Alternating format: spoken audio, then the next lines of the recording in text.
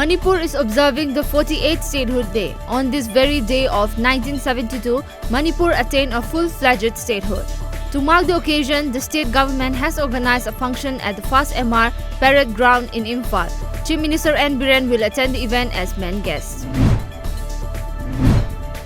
As a part of the security measures, combined team comprising Bishnupur District Police and N. Kuno Army Battalion conducted cordon and search operation at Bishnupur Ward number 1, 2 and 3 early this morning.